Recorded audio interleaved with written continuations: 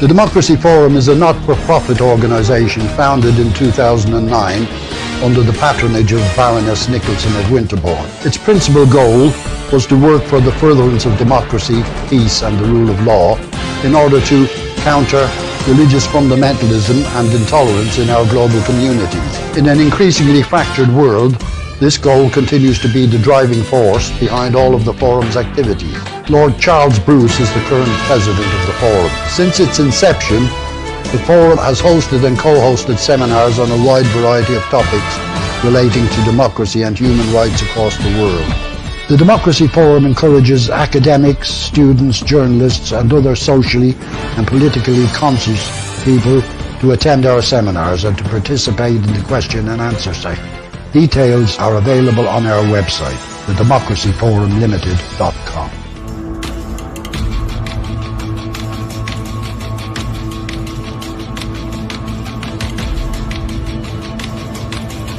The Indo Pacific, a key geopolitical theater for both American and Chinese prosperity, security and influence. In the recently published White House Indo-Pacific Strategy paper, another major regional power also figured prominently, India.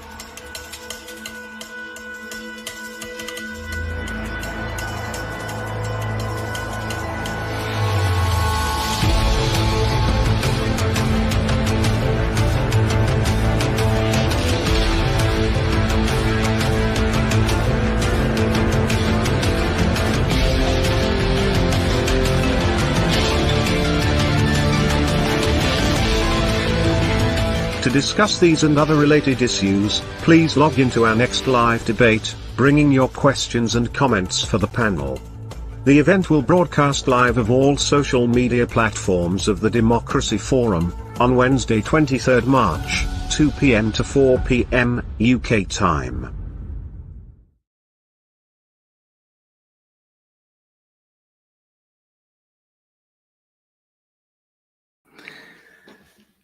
Hello and welcome to this Democracy Forum debate on an issue which needs far more discussion than it's getting, because here lie the shades of grey between that good and evil scenario so much favoured in American political conversation. I'm Humphrey Hawksley, your host, with a great panel of experts who will talk us through the Indo-Pacific, the role of India and the global balance. Now, in the recent United Nations General Assembly vote, which went so decisively against Russia, one of the three countries named in the title of this debate condemned Russia, along with 140 others. Two abstained, along with 33 others, and Russia managed to gain only 5 supporting votes from rogue, failed or impoverished nations like North Korea and Syria. But what on earth does that actually mean when you talk about the global balance and global opinions, particularly in a situation at the moment with Ukraine where things are changing almost by the hour? To debate and discuss, we have Walter Ladwig, Kate Sullivan Estrada, Daniel Markey, Eyck Freymann, and Manoj Joshi. And we hope, summing up for us, will be Democracy Forum President Barry Gardiner, but he may be taken away by parliamentary business. But to lay out the canvas of our discussions on what a wide canvas that is, we welcome the Democracy Forum President, Lord Charles Bruce.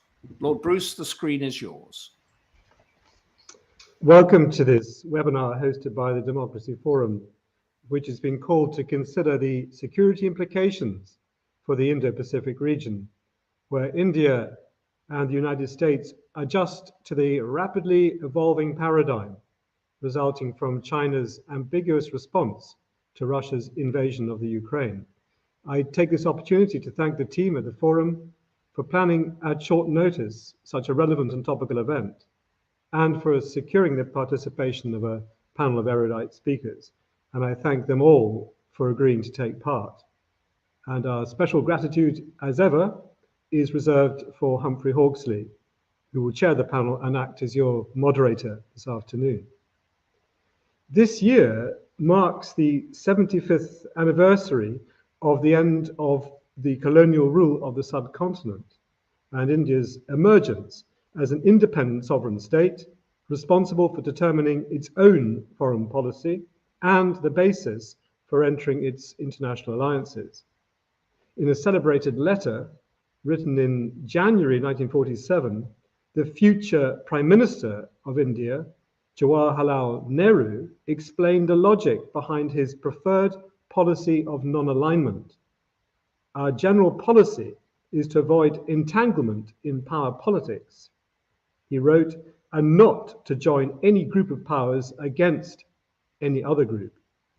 But today, India faces foreign policy choices critical to ensuring its security as an exigency that Nehru once would have considered antithetical. In 1949 at Columbia University, in a speech given in response to the emergence of the Cold War, he warned his audience that the very process of marshalling the world into hostile camps precipitates the conflict it had sought to avoid. It produces a sense of the terrible fear and darkens men's minds and leads them to wrong courses. Well, it's arguable that the invasion of the Ukraine has pushed India into the very predicament that Nehru anticipated and warned about over 70 years ago. Forced to confront the consequences of its multipolar alignment with both Russia and the United States, India chose a course of equivocation at the United Nations Assembly, choosing to abstain on 3 occasions in the last month, rather than joining the condemnation of Russia's actions. Syed Abaruddin, a former Indian permanent representative to the United Nations, reflected ruefully that India is abstaining when most of the world is voting against Russians. But in our mind, abstention is absolutely not support. This whole action has left us in a space that is not of our liking, not of our wanting. Despite its careful strategic balancing of collective security interests in the Indo Pacific region, clearly represented by its membership of the Quadrilateral, India has been reluctant to discontinue its reliance on Russia's traditional role as its principal arms supplier. Indeed, the Stockholm International Peace Institute has estimated that in the period 2010 to 2016, almost a quarter of Russia's total arms exports were destined for India.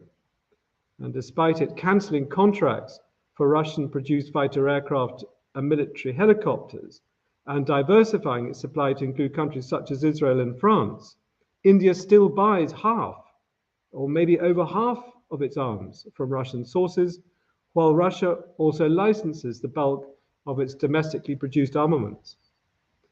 Although India's choice of arms supply is not affected by its membership of the Quad, its continued reliance on Russia may lead to sanctions imposed by the United States in pursuit of the CAATSA Act, the Countering America's Adversaries Through Sanctions Act, a threat that only a presidential waiver may relinquish, and leave it ensnared in the economic sanctions which have been imposed to cut off Russia from its overseas markets. It's not clear if this rapidly unfolding situation, where India is unable to sustain its military preparedness on land, on sea, and air, is causing alarm in New Delhi. However, a more insidious threat to India's security may emerge if the United States recalibrates its global military responsibilities and its commitment to the security of Europe to the detriment of its strategic alliances in the Indo-Pacific region. Earlier this month, Shyam Saran, a former Indian Foreign Secretary, conceded that India is confronted by an existential challenge for which it is uniquely vulnerable. And he said it would be a nightmare scenario where the United States comes to the conclusion that it confronts a greater threat from Russia and that this justifies a strategic accommodation with China. He added, in blunt terms, to concede Chinese dominance in Asia while safeguarding its European flank. Of course, Saran's alarming prognosis may not come to pass, but a chilling reminder of the stakes involved is contained in the joint communique issued by Vladimir Putin and Xi Jinping last month, on the eve of the Winter Olympics, their 38th meeting since 2013, where they emphatically opposed, I quote, the formation of closed block structures and opposing camps in the Asia-Pacific region, and remain highly vigilant about the negative impact of the US Indo-Pacific strategy on peace and stability in this region. Although President Biden has sought to repair much of the damage caused to America's alliances by the Trump administration, many senior foreign affairs commentators are worried about the ambiguity that characterizes current US policy towards China.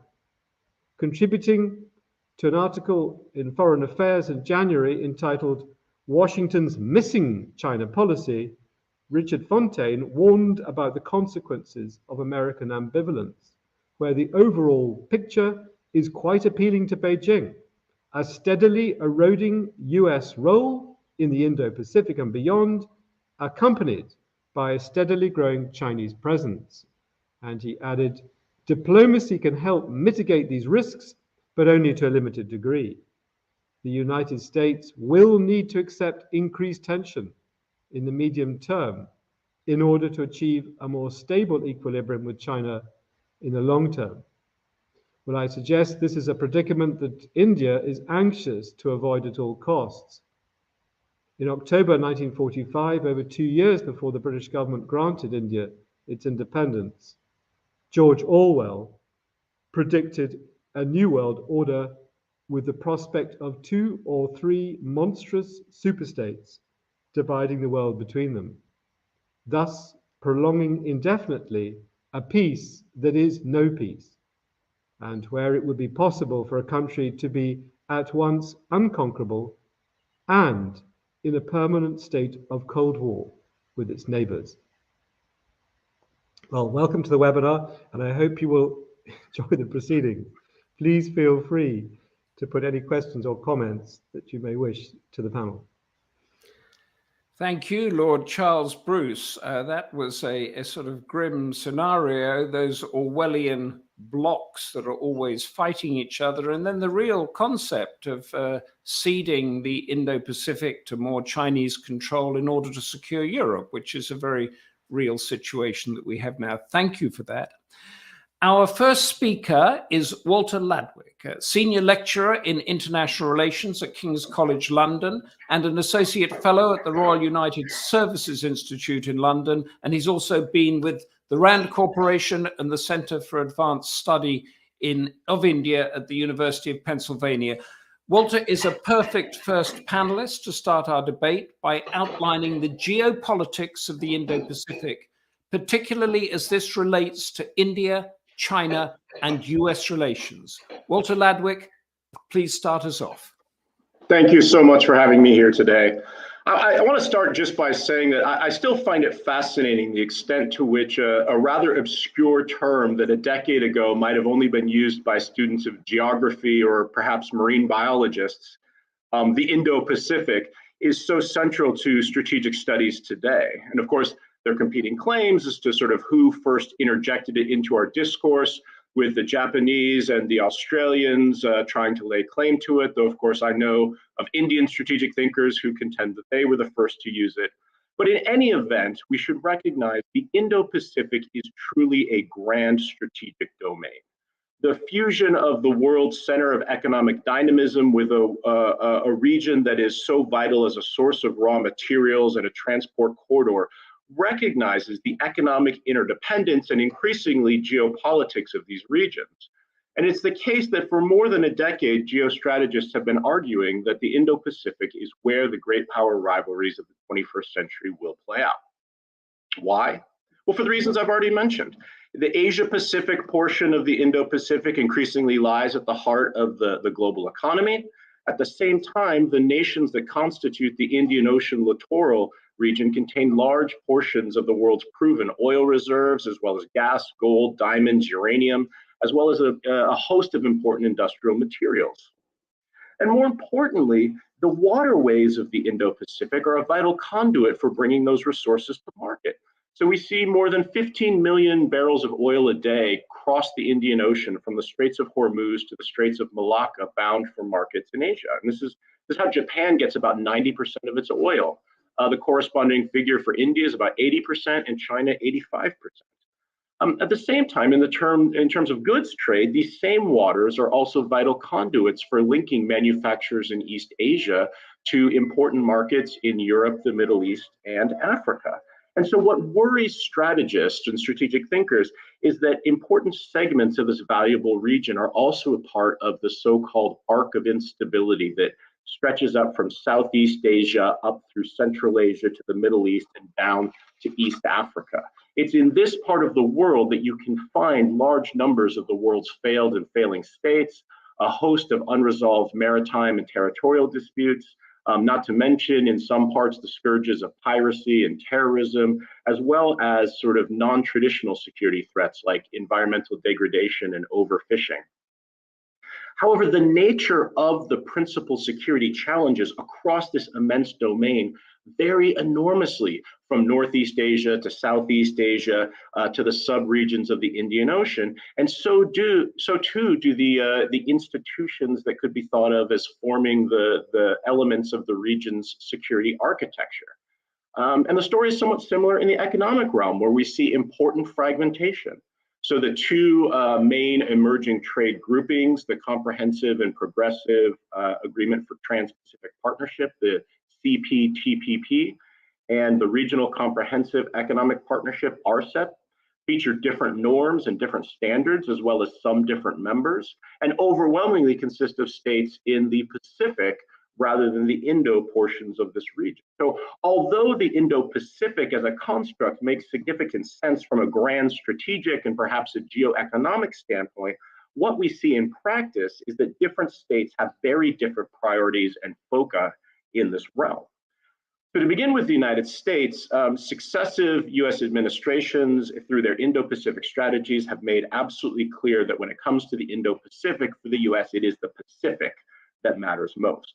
This is where their major trading partners in Asia can be found. This is where most of their regional treaty allies are. And this is where both the United States and China maintain significant strategic interests that often put them at odds with each other. Indeed, the US mental map of the Indo-Pacific really only goes so far as the west coast of India. So when American speakers speak of the Indo-Pacific, they're leaving out substantial portions of the Indian Ocean. And of course, this makes sense from an American standpoint, because for Washington, the Indian Ocean is a region that's only of extrinsic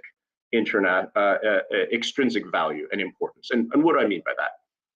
If we think in terms, say, of oil, the Indian Ocean region, including the Persian Gulf, account for 15% and falling share of US oil imports. However, many important American trading partners and allies are highly dependent on this region for their energy needs. And a similar picture emerges in the goods trade.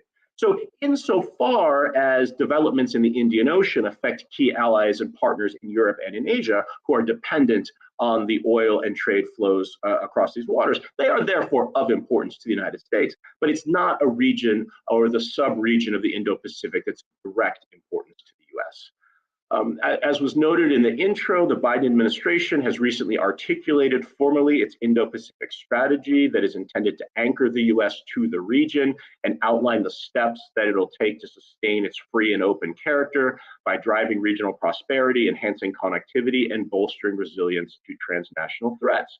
And this overall approach that the Biden team has identified plays into a really important geopolitical trend.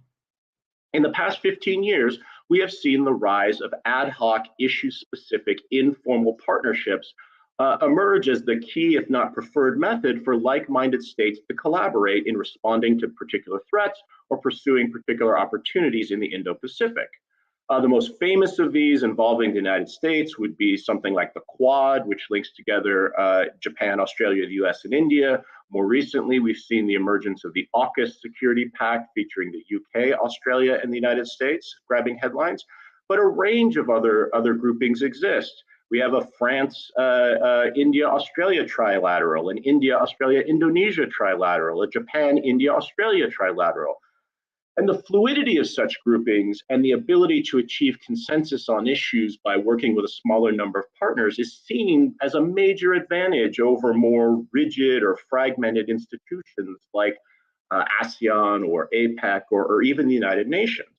And so the American approach is to support and encourage these efforts, in no small part because many of them include important American allies and friends, as net contributions to bolstering the regional security architecture, and importantly, giving countries in the region some alternatives to dependence on China, who by comparison has very few real friends and even fewer allies.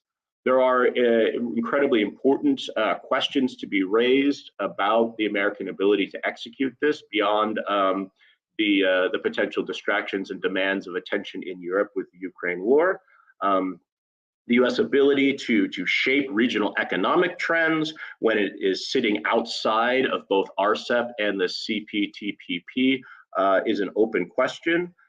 So the ambition is there, but the follow through is key.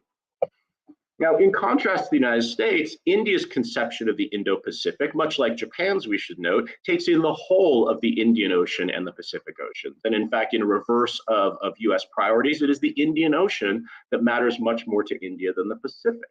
Although we've seen successive Indian governments pursue first a look east, and then it got upgraded to an act east policy since 1991, economic engagement with Southeast Asia remains comparatively modest. Likewise, recent surveys of strategic elites in Southeast Asia reveal a fairly unflattering portrait of India's perceived capabilities and potential as a partner for countries in those regions. So although the US has consistently been trying to encourage India to take a more active role, shall we say, east of Malacca, the extent to which India has the ability to focus beyond its two active territorial disputes with China and Pakistan, we need to recognize that India's real strategic priorities in the Indo-Pacific lie to the west. India traditionally receives the bulk of its oil from the Gulf. There are some 7 to 8 million expatriate workers there who are an important source of remittances. And collectively, the countries of the Gulf region are as important for India's trade flows as is the United States or the European Union. Thus, we see it's in the Indian Ocean where India takes the lead on things like maritime domain awareness and issues in the sort of soft security development nexus, like building up the Coast Guard capabilities of small island states that suffer from predatory overfishing. So we do see an important disconnect between the US and India on the relative prioritization of key subregions of the Indo-Pacific. So then turning attention to China, which we should note eschews using the term Indo-Pacific at all, which it tries to associate with a US containment strategy. Both of these realms or domains are of importance. So China, of course, sits in the Pacific Ocean. This is where it has and prosecutes territorial disputes with its neighbors in the East and South China Seas. This is where we see flashpoints such as the unresolved status of Taiwan and problems on the Korean Peninsula, all of which can potentially threaten political, security, or economic interests. At the same time, the Indian Ocean for China is a region of intrinsic importance due to the fact that the energy supplies that fuel its growing economy and many of the exports it sends out into the world transit the Indian Ocean. Both social stability and the Communist parties continue to hold on power are in many important ways predicated on maintaining sufficiently high levels of economic growth. Consequently, the security of the sea lanes of the Indian Ocean are a major concern for Chinese strategic thinkers, lest a disruption there adversely affect economic growth. We should recognize that, generally speaking, Chinese leaders take a much more mercantilistic view of natural resources and are less willing to rely on market mechanisms to hedge against risk. So consequently, in pursuit of economic security, Chinese strategic thinkers have increasingly been discussing the need for a robust naval presence in the Indian Ocean on at least a semi-regular basis. And it's true that we've already seen China's growing navy operating in this region on occasion for more than a decade, largely participating in anti-piracy operations off the Gulf of Aden, which gives important operational experience. And in fact, to support these operations, China recently established a support facility in Djibouti, which is its first and to date only overseas base. Nevertheless, the continued growth of long-range warships in the PLA Navy has raised concerns among some observers that they're seeking the capacity to conduct more forceful operations in the Indian Ocean in the future. However, what's attracted even more attention than China's nascent naval presence are some of its large-scale infrastructure projects in the Indian Ocean. So we see significant Chinese development invested in the building out of deep sea ports at Gwadar in Pakistan and Hambantota in Sri Lanka and Chittagong in Bangladesh, which were subsequently repackaged to be part of the so-called Maritime Silk Road. And the concerns raised by some observers are that these ostensibly commercial facilities are of a sufficient size to house warships if need be. There's certainly reasons to be somewhat skeptical of the more alarmist assessments one sees of these projects, but we should recognize that the notion of a permanent Chinese naval presence in the Indian Ocean is disturbing to India, particularly were China to be able to use such capabilities to intimidate local states, as they're seen to have done and be doing in the South China Sea. And we should keep in mind that this is all occurring at a time in which China has been growing its economic and military partnerships with many of the so-called small states of South Asia beyond just Pakistan. Of course, we should not overlook the fact that China is now the principal military patron of India's troublesome neighbor, nor the fact that with the advent of the China-Pakistan Economic Corridor in 2015, which runs through sections of India-claimed Kashmir, Beijing and Islamabad are now poised to have substantial economic ties, which historically has never characterized their bilateral relationship. So there's very much a sense that China has been actively moving into what India considers to be its natural sphere of influence in the Indo-Pacific. So when you then add in the active border dispute with China that claimed lives for the first time in decades, there are plenty of reasons for New Delhi to be looking askance at Beijing. Now, Indian naval strategists have traditionally seen the maritime domain as the area where India had an advantage and could perhaps exert pressure on China by threatening their trade and energy flows in the Indo-Pacific. But as a result of these trends and developments I've just discussed, there are some who argue that now India is in a position where it needs to worry simply about protecting its maritime flank, rather than using it as an asset against China. So on the one hand, we see this perhaps pushing India closer to the United States, but it also explains in part why New Delhi is unwilling to give up on its relationship with Russia in hopes that they could perhaps wean Moscow off of Beijing.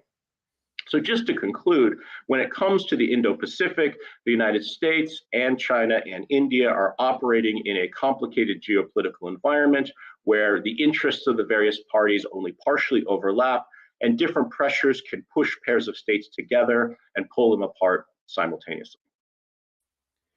Walter, thank you so much for that and for grounding us so well in it. And I wonder if you could ground us a little more over this discrepancy of what the Indo-Pacific actually is in different people's views. Because I think it was during the Trump administration that PACCOM in Hawaii was renamed the Indo-Pacific Command. And Yes. That's when it really became, and people said to me, you know, you might have heard differently, that it was renamed Indo-Pacific instead of, say, Asia-Pacific, because India needed to be made aware that this was its own backyard as well. Is that one of the arguments for calling it Indo-Pacific? So from an American standpoint, absolutely. This was to sort of redefine the geography that already existed. So for largely reasons of India-Pakistan relations, the US Department of Defense separated the two. So India was always owned, so to speak, by Pacific Command, and Pakistan was part of Central Command. But this Indo-Pacific Command terminology was used. However, the important detail is they did not move the definition of this region any further to the west. So it remained the same. So what are we looking at? We're looking at sort of the west coast of America through to the east coast of Africa? No, that's the issue. No, they don't. Their policies don't really look beyond the west coast of India, and so this is a bit of the problem, because it is this gap. It is to the coast of Africa and up to the Gulf that India is concerned with, and this is a region in which you don't see as much American activity and you don't see as much American influence. It's potentially a place where there's need for more partnerships, so the UK and France being active. but more of the states that put forth an Indo-Pacific strategy, Japan, as I mentioned, Australia, go all the way to the coast of the east coast of Africa. I should say, just as a note to be kind to the US, the funniest actually is the UK, which has announced a tilt to the Indo-Pacific, but actually doesn't formally define what it sees the Indo-Pacific to be. So everyone's operating with very different intellectual frameworks, but it's important to be clear on that, because we can all use the same terminology and perhaps be referring to or emphasizing very different things. Yes, and just one other thing, you told us about lots of different alliances, both military and trade. But just let's put those in perspective. These do not match in their influence, sophistication, way they operate yet anything that we've got in Europe or North America. There's no Europe, there's no EU, there's no NATO, there's no NORAD even that protects the Canadian and American coastline. Is that correct? That's correct. That's correct. And even the extent to which these trading blocs are rather nascent, and what we're seeing in the Indo-Pacific is almost more of an argument and a conversation around standards and norms than the value of trade per se. So if you take sort of the comprehensive and progressive Trans-Pacific Partnership, most of the countries that are involved in that already have either bilateral or multilateral free trade agreements with each other. So except for kind of Vietnam, it doesn't really move the needle in terms of trade. What it is doing, however, is establishing baselines and standards in very important areas. And we've seen, say, the CPTPP's digital chapter on data protection and data flows be copied by other states in their bilateral trade. So the way in which these agreements can sort of set standards that are then replicated elsewhere seems to be the real importance rather than trade per se. Okay, thank you so much for that. Now we're going to move on, having been grounded by Walter, to Kate Sullivan d'Estrada, who's Associate Professor in International Relations of South Asia at St. Antony's College, Oxford. And among her many publications is a 2017 book, Rising India, Status and Power. Kate Sullivan d'Estrada is going to explore how American engagement with India stands to further polarize the US-China rivalry, or also how India is both leveraging and working against this dynamic. That sounds a phrase that we've got here about having your cake and eating it. I might be wrong here. It's very complicated. Kate Sullivan d'Estrada, give us your argument. Thank you very much, Humphrey. And my thanks also to Lord Bruce and Mr. Gardiner for the invitation to participate today.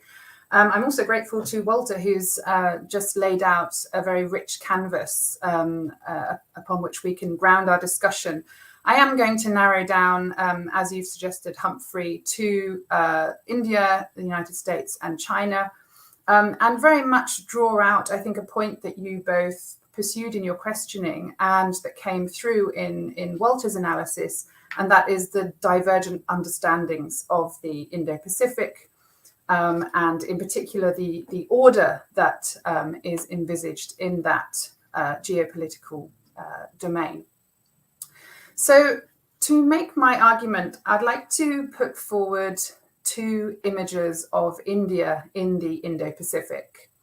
Now, the first image is of India as a US partner and as a defender of a particular kind of order in the Indo-Pacific. This image frames India's role in the region as part of a wider geopolitical response to a rising China. India is valuable in the Indo-Pacific because it can materially balance China. It can also institutionally balance China through the Quad. And of course, this balancing role is hugely valuable for the United States and its allies. And of course, it's also valuable to India.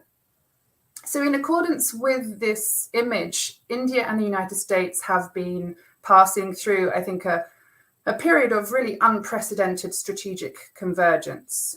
We saw in 2016 how the United States designated India as a major defense partner, and this status gave India license-free access to a range of military and dual-use technologies. The two countries have also signed 3 foundational agreements for deeper defence integration, and in 2018 they initiated a 2+2 dialogue. So this is a bilateral mechanism between foreign and defence ministers that is a sort of very elite and privileged set of interactions. The United States now is India's 4th largest arms supplier after Russia. And if we look at the Quad grouping as well of the United States, Japan, Australia, and India, it's true that this grouping has not pursued the kind of binding mutual security commitments of the kind that we see in traditional alliances, but it is clear that some members of the group hope to further institutionalize it, and the Quad certainly represents a center of gravity around which economic capacity, the rule of law, trade agreements, and diplomatic relationships can pivot in a broader rather than a narrowly military security framework. The Quad has allowed for capacity building and burden sharing, and importantly, it also elevates India's status to one of equal partnership with the other 3 Quad powers.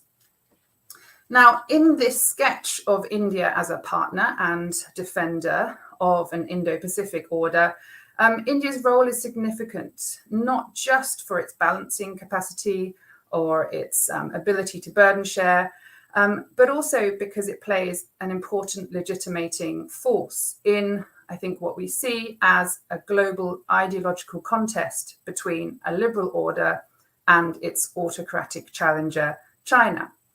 In particular, New Delhi's support for UNCLOS is of particular value, as is its democracy, its identity as democracy. Although, of course, it's one of the great paradoxes of the current moment that the United States and the Quad membership are celebrating India as a liberal partner at a moment of what many argue is India, at a moment of Indian democratic backsliding. Now, I'm going to contrast this with a second image of India in the Indo-Pacific. This is an image of an India that engages selectively with a US-centered vision of order and actually hopes to shape that order, and to do so in ways that serve its own interests and preferred social roles. Now, according to this image, strategic convergence with the United States and with the Quad has been valuable, particularly in a context of growing Chinese influence in the Indian Ocean, which India very much sees as its strategic backyard, and of course, in light of the clashes at the Sino-Indian border in 2020. But it's also clear that growing strategic convergence with the United States comes at a price. It is peppered with expectations of the kinds of balancing, capacity building, and legitimating roles that India is expected to play in this space.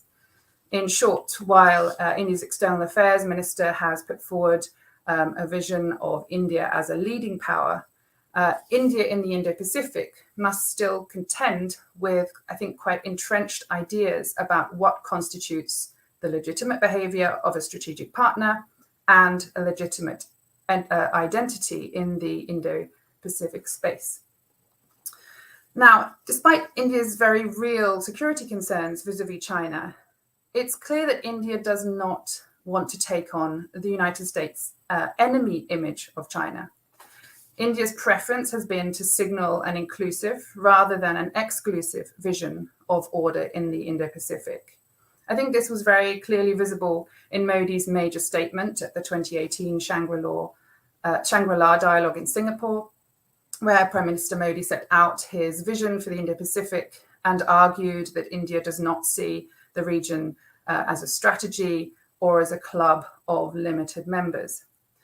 It's also come through, however, this inclusive dynamic in India's more recent framing of the Indo-Pacific Oceans Initiative, which was launched in 2019 and seeks to build a network of cooperation in the region. So we can see then that India, despite benefiting materially as a defense partner of the United States, has not wanted to pursue an overt strategy of Chinese containment. Now, we see a similar pattern in India's engagement with the Quad. India has been very reluctant to embrace the Quad as an alliance-like institution.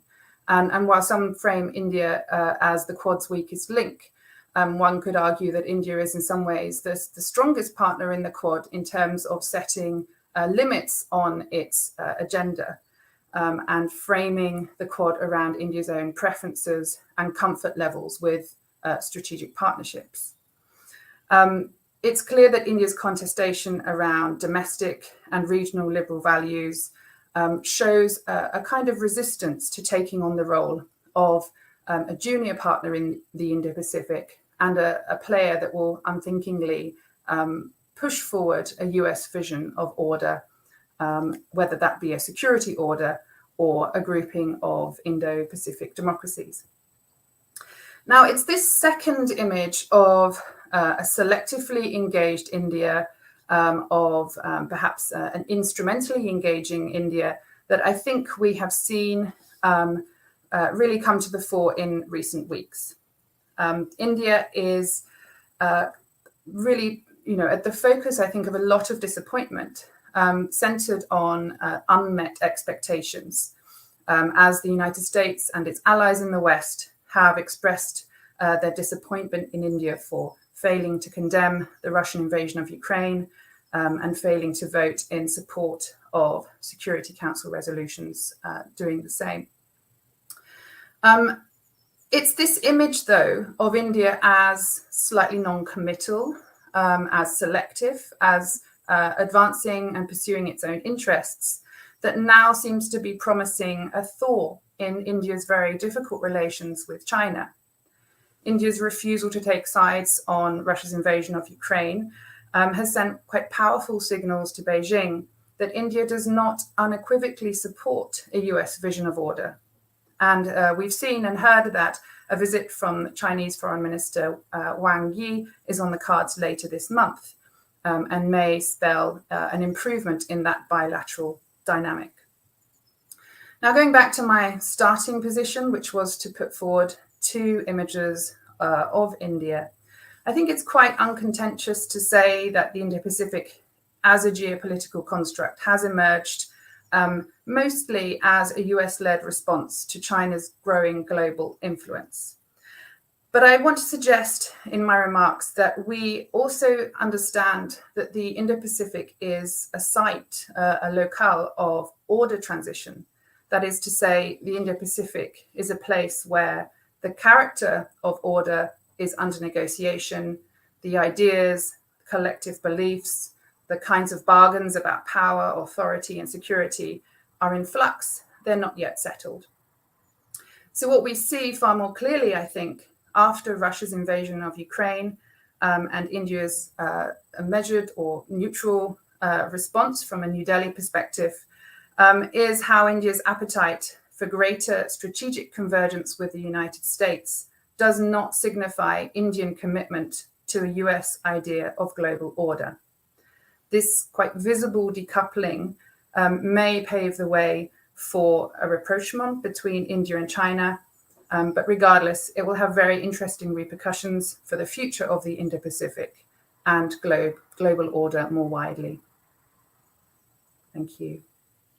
Kate, thank you very much. And before I follow up with one of my questions, can I put a question from the audience to you? Ajay Pratap Singh Rathore, picking up from your last point that India does not unequivocally support the US order.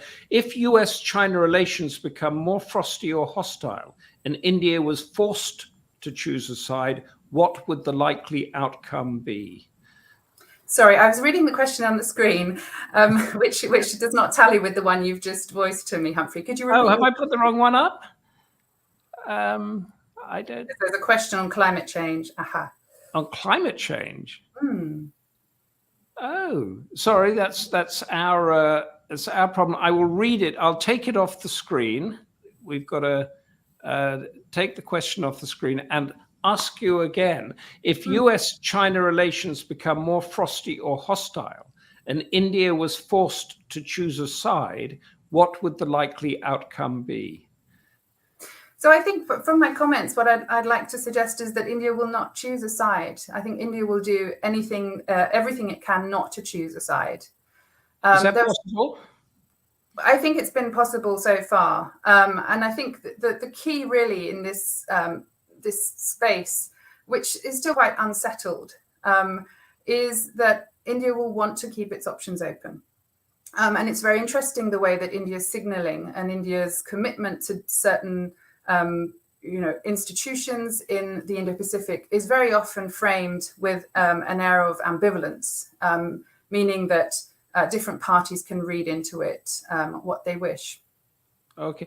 What effect do you think the border clashes initiated by China mainly in causing fatalities has had on India's thinking about its future relationship with China?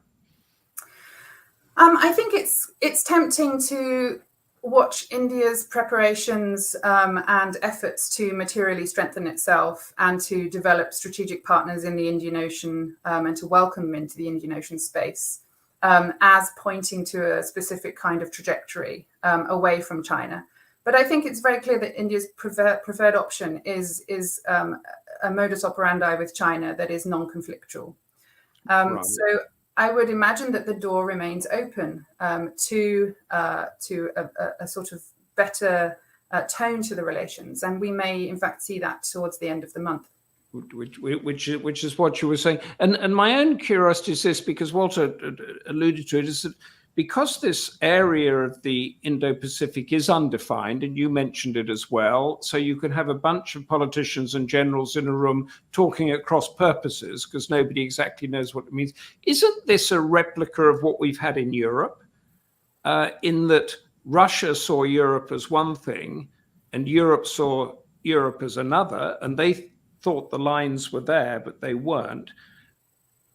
How important is it to actually define this area, the Indo-Pacific, of what we're talking about? I think that the nebulousness actually exists between countries in the region who are more or less on the same page. So each of the Quad partners, for example, has a different, perhaps geographical mental map. And as Walter mentions as well, they have a different, perhaps, part of the Indo-Pacific in which they locate their strategic interests. I would imagine that the biggest cleavage in terms of defining the Indo-Pacific lies with China, who I think has been reluctant to embrace this term and sees its very existence as a sort of an effort to pursue Chinese containment. So that for me is the point of disjuncture, which is concerning. Okay, thank you so much for that, and for all of our audience, please send in your questions, ask them. I will try and get the right ones up on the screen when it arrives, and won't have them at cross purposes. But thank you so much for that. And now we're moving on to Daniel Markey, Senior Advisor South Asia at the United States Institute of Peace and a Senior Fellow at the Johns Hopkins University School of Advanced International Studies. His latest book is China's Western Horizon, Beijing and the New Geopolitics of Eurasia. And Daniel Markey is going to address the risks that the US could find out with increased India-China hostility, precisely what we've just been discussing. Daniel Markey, tell us what you know. Thank you, Humphrey. Thanks for the introduction. I'm glad to be able to join with this group today. And I do think that what I have to say actually fits nicely with the presentation that Kate just gave, though that we have maybe some shades of difference. The two perspectives are in important ways complementary. In shorthand, I guess I would title my talk today, The Trouble with China-India Trouble. And it's definitely from an American perspective. I'm sitting here near Washington, D.C., where we have seen for now well over a decade, certainly since the George W. Bush administration, that the United States has perceived India as central to its broader strategic answer for how to manage the geopolitical challenges posed by China. And as I think Kate pointed out, here in the United States, there is a tendency to see India as an important, enormous economy, and therefore strategically relevant in that respect. A political partner and a large and often characterized as the world's largest democracy, and therefore a fellow traveler with the United States in terms of issues of governance and rule of law.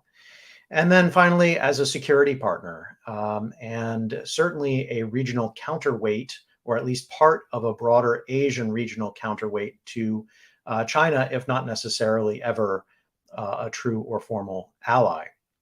So throughout the past, I guess closer to almost 2 decades, the core question for Washington has been whether or how it could convince India of the United States' own eagerness to be a partner, a strategic partner, to come ever closer as an ally, to suggest how the United States could be reliable in ways that India had perceived it not to be in decades past.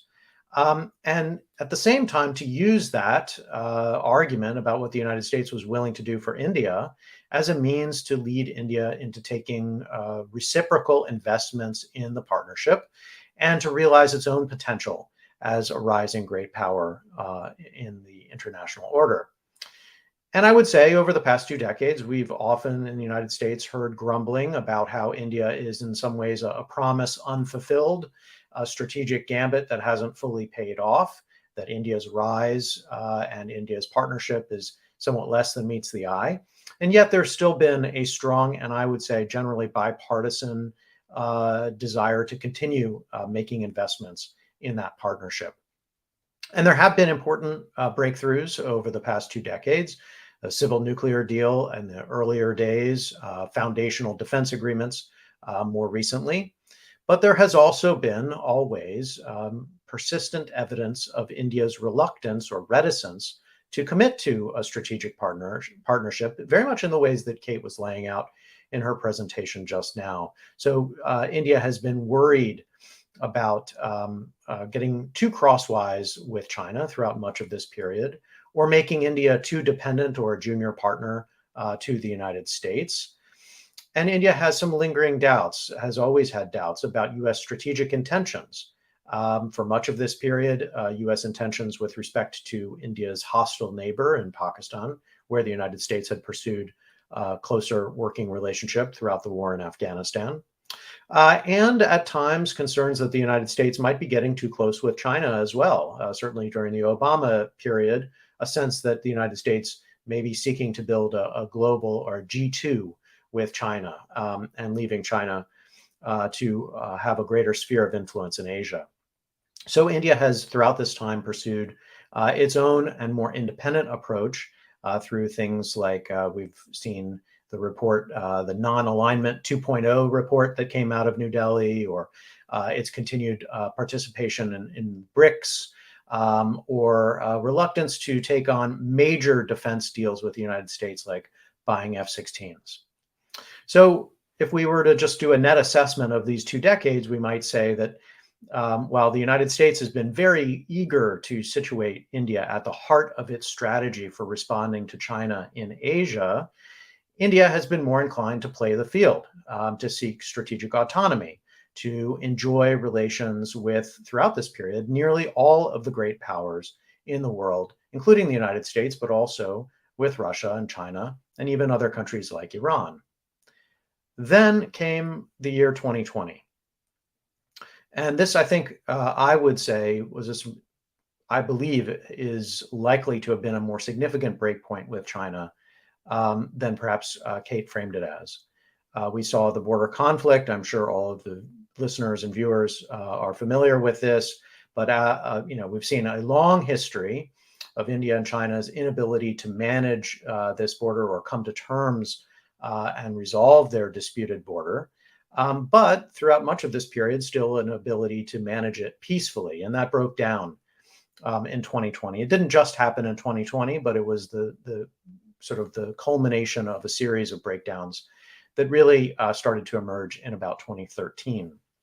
And that violence was worse, as has been pointed out, than anything we've seen in over 40 years. But it wasn't just the border violence that I would point out. I think that there were a broader set of Indian policy shifts during this period that suggested a more lasting deterioration in India's relationship with China at a broader bilateral level.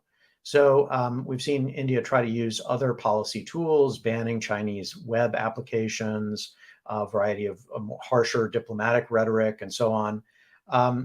In conversations with experts in New Delhi, my sense is that there's a broader convergence and consensus that China is a strategic threat and that is not going to go away. Broader public attitudes about the threat posed by China, and a media narrative that has, I think, shifted and did shift in 2020 more negatively about China. So there's a sea change, I think, in India about how it portrays China, how it perceives China, and how it will respond to China. And this is not just limited to border operations. So all of this suggests that 2020 presented new opportunities for the United States and India to work more effectively in their partnership. And there were certainly colleagues of mine in Washington, D.C., who eagerly were licking their chops, so to speak, to finally be able to get closer to India and to see India reciprocate in ways that India had been reluctant to do in the past. And we've seen some evidence of this, certainly during the crisis along the border with China. The United States provided a degree of support, the Trump administration, a degree of support to Indian operations, both technical and in terms of gear and so on. But we've also seen a degree of short and medium-term shifts in the way that the U.S.-India relationship seems to be working. It energized a higher degree of bilateral symmetry, both for Trump and Modi, and then now with Biden and Modi. You've seen, as was mentioned before, the continuation and intensification of 2+2 dialogues, the Quad diplomatic breakthroughs that have happened really and have been accelerated over the past couple of years in the context of this post-2020 mood. So the overall tenor of U.S.-India relations seems to have shifted.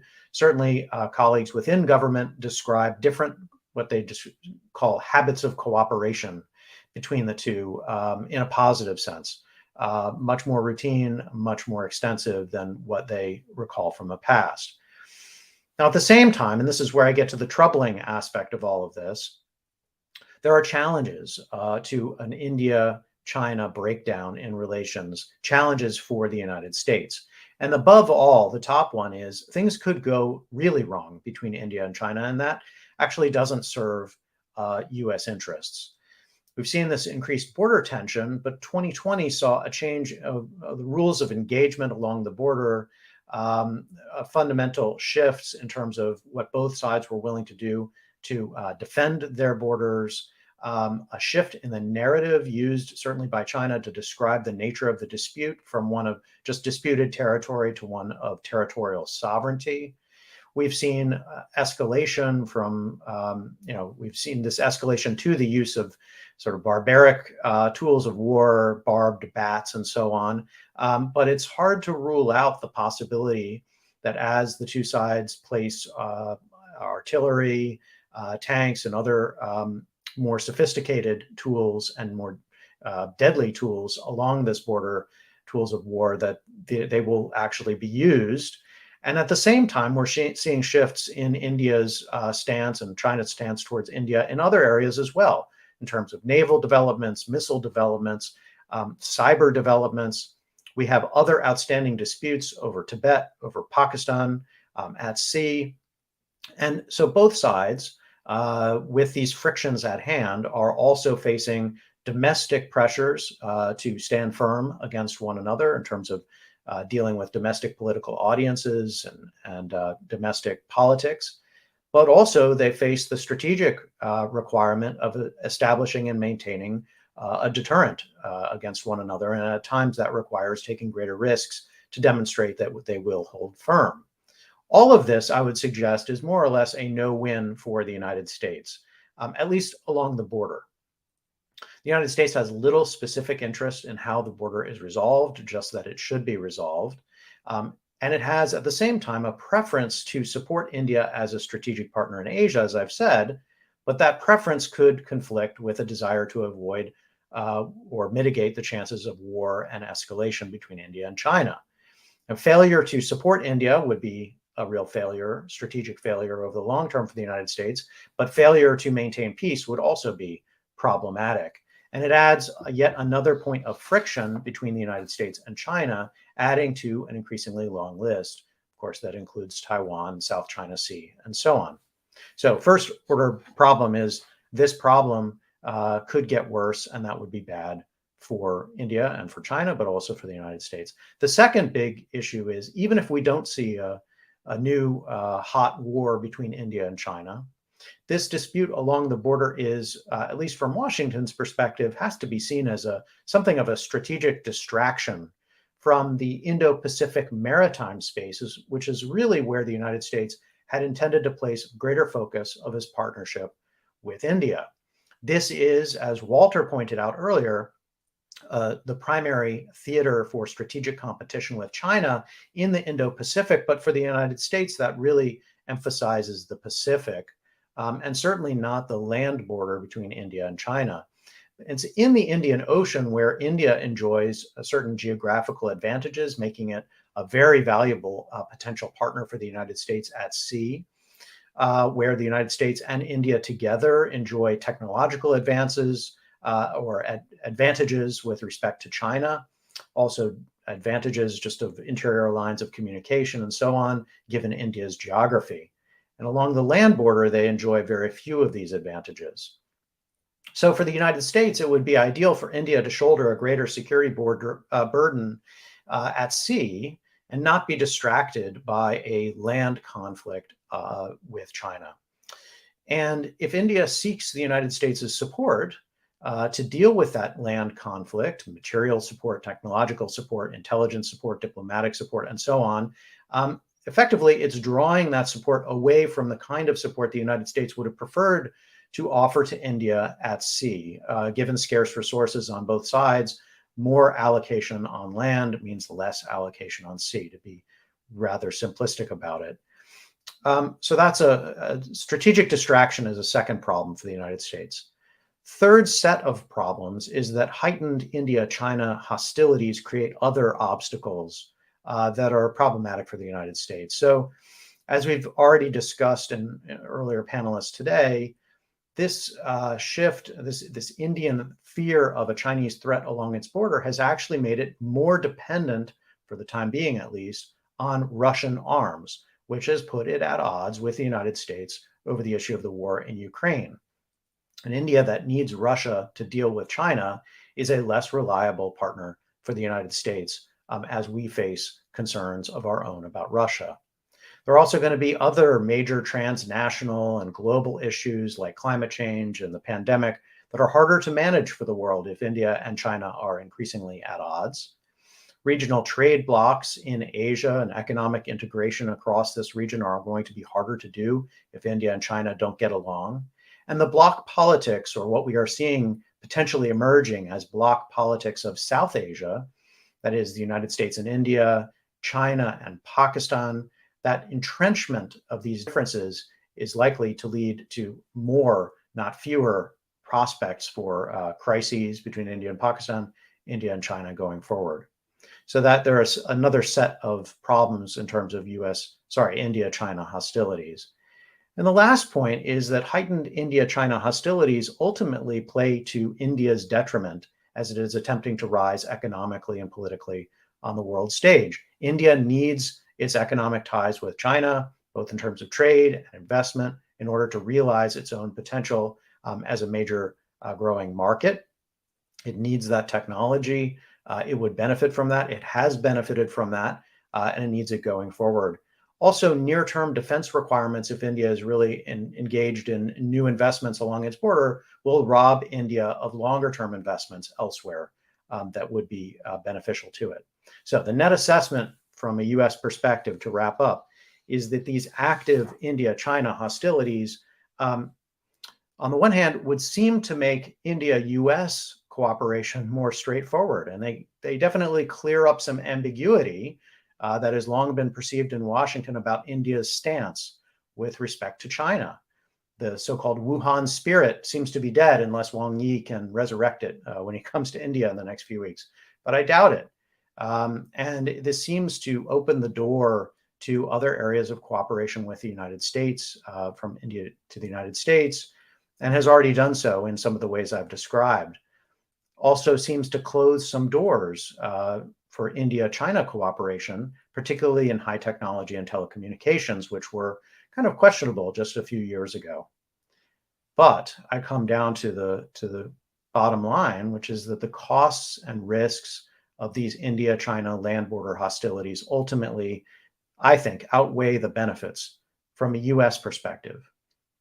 The United States may find India a marginally more motivated partner, strategic partner in terms of its dealings on China, but India will also be more distracted to its land border.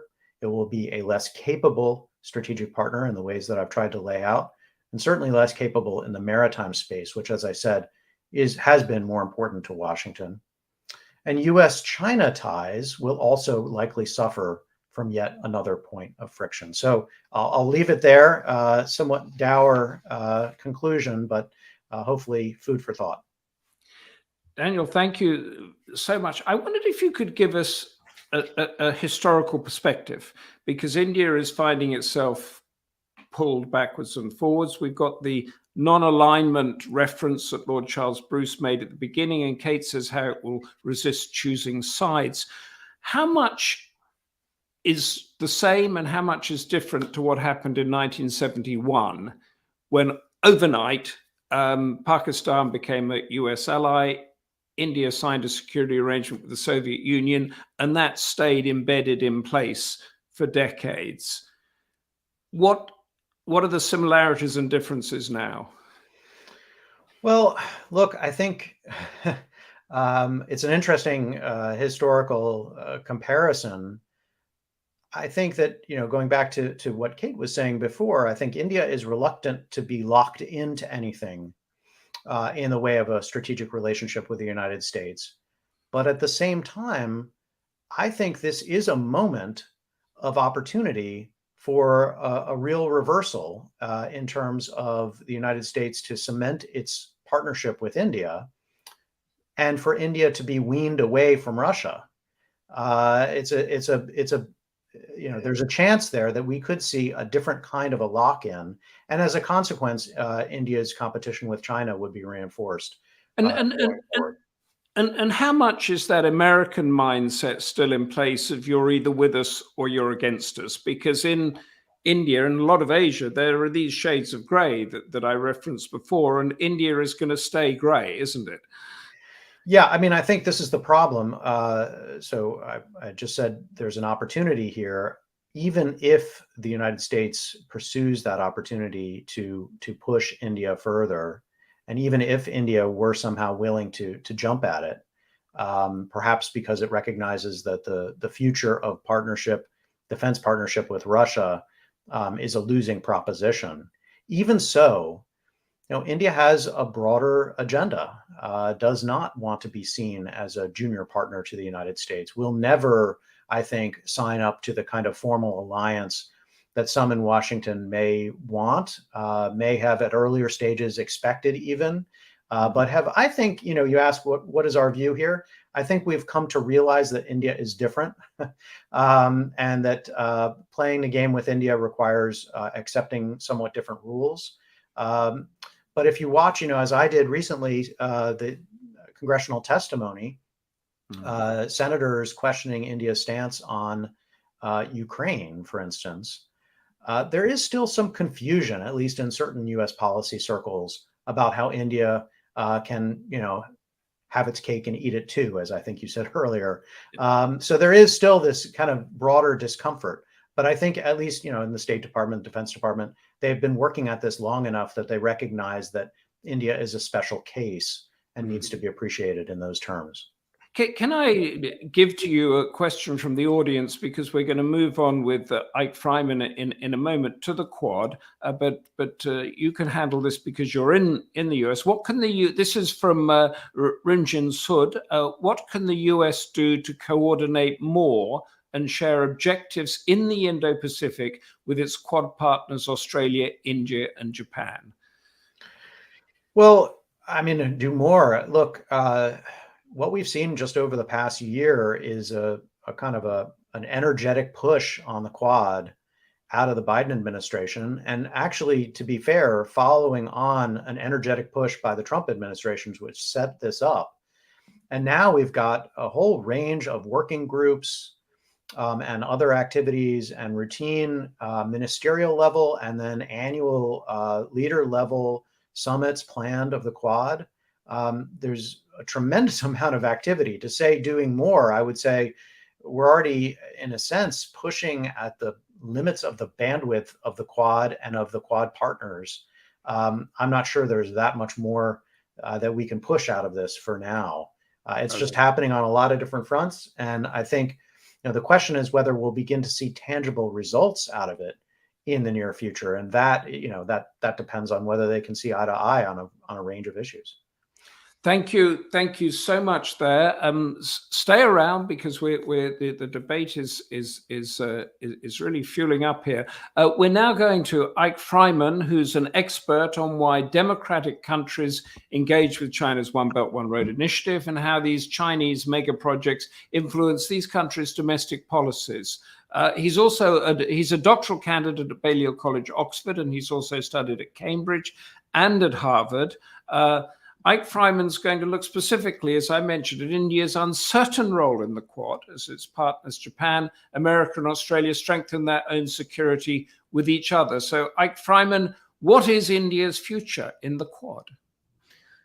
Thank you so much, Humphrey, for that kind introduction. It's a privilege to be on such an illustrious panel. Given this discussion of the Quad and the obvious centrality of the Quad format to the future of the Indo-Pacific, I thought I'd take a step back and speak a bit about what the Quad is, what holds it together, and what it can and cannot become based on its intrinsic design and membership. Let's start by considering what the Quad is not. First of all, the Quad is not a geopolitical coalition to contain China.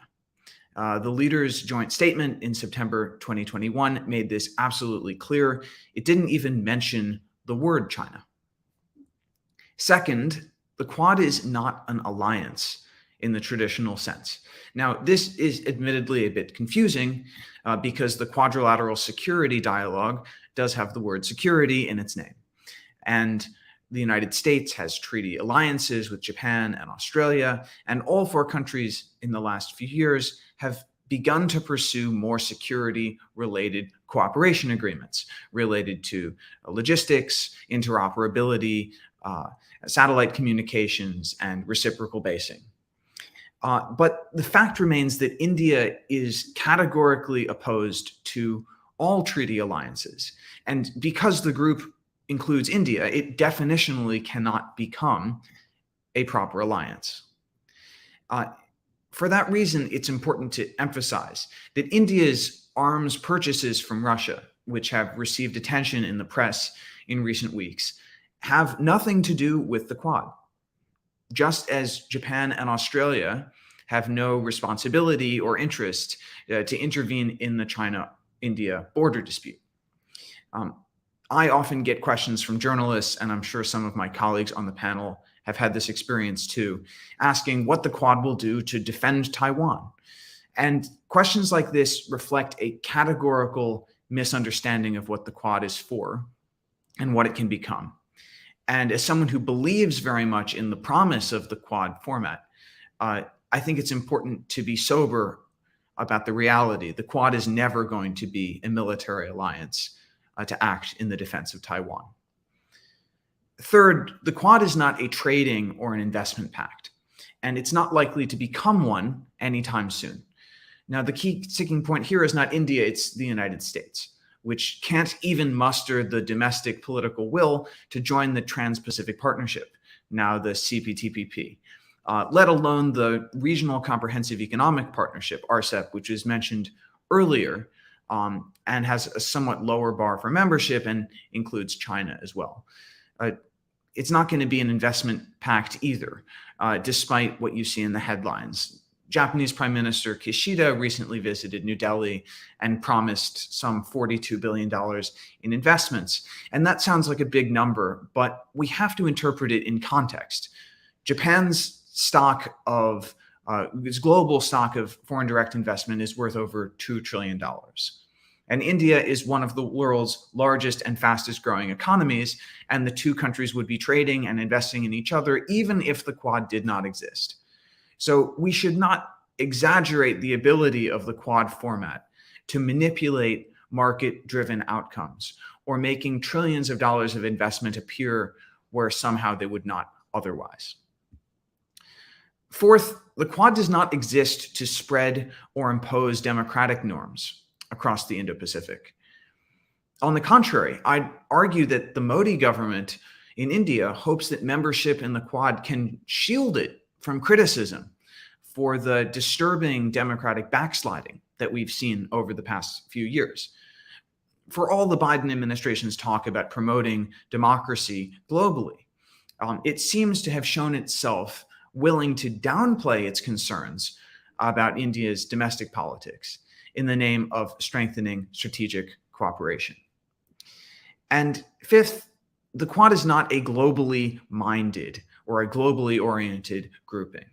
As India's neutrality in the Ukraine war has indicated, the Quad doesn't exist to work or even to speak with one voice on issues outside the Indo-Pacific region. The Indo-Pacific is big and complex enough. And if the bloc can manage to extend the scope of its activities to the whole region, which covers close to half of the global population, it can do a great deal, even if it's not voicing concerns on China's activities in the Arctic, in Europe, or elsewhere. So what is the Quad? Here's my answer. The Quad is at heart a group of four major countries that agree in principle on what a minimum set of rules for the Indo-Pacific ought to look like, and which also agrees in principle on a minimum set of rules for what it should not look like. The core idea is that every state in the region should be governed by some set of common rules, and that these rules should be set collectively rather than imposed by a single country. That is what is captured in the phrase free and open Indo-Pacific. There is hope that in the future the Quad can evolve to become something more than this. But for now, this is principally what it is, an agreement in principle on something that ought to be relatively obvious. What is it that we mean by rules? Well, here are some examples. There's the law of the sea, which governs commerce and traffic in the world's oceans. There's digital rules, which we are probably overdue to update, which govern transnational flows of data. There are environmental rules related to climate, methane, other kinds of environmental protection, including on the high seas. There are labor standards. There are many others, many of them more technical, maybe of them less sexy, that they don't receive media attention. But in the totality, they matter because they create a playing field on which the nations of the region will compete. The Quad exists in theory to discuss these rules and to set standards for what these rules should be. It does not exist to set the rules or to impose them on anyone else. Indeed, doing so would not be free or fair, since none of the 11 Southeast Asian ASEAN countries are members of the Quad. And this is why many ASEAN countries look at the Quad format with suspicion. So the idea is not that the Quad will write rules, but that it will play a role in convening the region's major economies to create rules together through a bottom-up process, and that eventually it will develop a more functional way of interacting with ASEAN to get broad-based buy-in for some simple principles or rules of the road. Now, look, we can't deny the obvious geopolitical context here. The United States, Japan, Australia, and India have common interests that relate to China. And those interests are a big reason, if not the main reason, why all four are interested in the Quad format. None of these countries, for example, believe it would be desirable for China to become the sole provider of public health assistance or infrastructure financing in the region. None of them want to be dependent on China for critical raw materials or components. And we saw this last year when India banned imports of Chinese solar panels and related supplies. None of the Quad countries want China to become a dominant naval power in the Indian Ocean, or to learn that it can seize sovereign territory belonging to other states with impunity. The fact that Beijing has responded with such hostility to the development of the Quad therefore reveals something about its long-term aspirations for the region. China aspires to fashion a new vision for the Indo-Pacific that is neither free nor entirely open. Elizabeth Economy documents this brilliantly in her new book, The World According to China, which I would strongly recommend. And Joshi, who now is at the National Security Council, also describes it in his book, The Long Game. Xi Jinping has articulated a fundamentally illiberal vision of world order.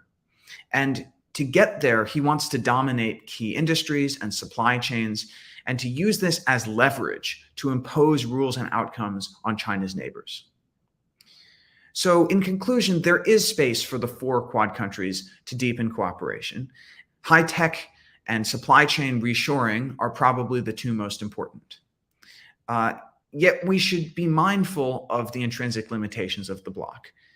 India, as the only developing country in the grouping, and the only one without coastline in the Pacific, intrinsically has different priorities than the other 3. India is interested above all in protecting its own territorial sovereignty and ensuring a friendly and favorable regional environment to continue its development. India is fundamentally much less concerned about dynamics on the Pacific side of the region, like China's territorial grabs in the South China Sea. So make no mistake, the Quad is a brilliant strategic device for convening the region's major democracies, and it has broad prospects to develop. But for the Quad to thrive and to prevent China from driving wedges within it, all 4 members need to stay sober about what the grouping is and is not for, and what it can and cannot do. As scholars and analysts from Quad countries, that means doing our part to keep open channels of communication with one another and to manage the press's expectations and communicate to the public to prevent a false disillusionment. The fact is that for all its intrinsic limitations, the Quad is succeeding brilliantly. And we know it is succeeding brilliantly because of how concerned it has clearly made the Chinese. And for all of us who fear the prospect of a China-dominated order in the region, we all have an interest in making the Quad succeed. I'll stop there and look forward to your questions. Freymann, thank you so much. That's one of the finest analyses of the Quad that I've ever heard. So thank you for putting it so succinctly.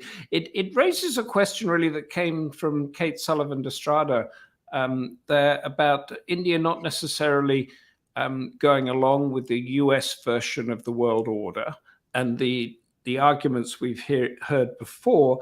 So its role in the Quad, when you're talking about convening rulemaking and that sort of thing, taking us ahead a number of years or decades as this debate over the world order strengthens up, it's got quite a big role then, hasn't it? Because it's going to be persuading the democracies to do something different, perhaps, than what they want to do. I think we need to start, as I indicated in my remarks, with the first principles. If we imagine a world in which the Quad is running the Indo-Pacific, we've set ourselves up to fail because we don't have the institutional infrastructure, the strategic trust, the channels of communication, the links to ASEAN or other regional organizations in place to make that succeed. So I think as an analyst, we can look forward to the future of the region and hope that the Quad plays an important role. But when it comes to this debate about values, which is going to get even stronger now that with Ukraine and China and everything like that, there then is going to be a split, isn't there? Because India is going to hold its own and the other 3 countries are going to go somewhere else. My point here is that we need to focus on the areas where we agree. These are 4 very strong, very different countries with different cultural histories, with different institutional setups located in different regions. There are different levels of development and they have different interests, but they come together in the context of a basic set of values for what the rules of the road for the Indo-Pacific should be. And it's not wise for the grouping to try to mobilize itself on issues where it doesn't have buy-in from the four parties. And as much as I would wish, as an American, for India to be on sides in the global sanctions effort against Russia, I can recognize that India has a different strategic culture, a different history. It has long-standing defense relationships with Moscow that it can't disentangle overnight. And since it is in the American interest for the Quad format to succeed, I think we need to practice a bit of humility about what is possible and what is not. And at this particular time, it's not appropriate for the Quad to try to impose its will on the Ukraine situation. But then does that make it like that other great Indo-Pacific institution, ASEAN, the Association of Southeast Asian Nations, that does have this sort of principle really of consensus and not to go into places where they know there's going to be disagreement? Is that a similar philosophy there? I think you're right to point out that ASEAN is a consensus-based organization. By the way, as is the European Union in foreign policy matters. I think one of the lessons of this is there are costs, not just benefits, that come from expanding the membership of a grouping. If you make the membership large enough and diverse enough, you get strength in numbers, but it also makes it harder to reach consensus.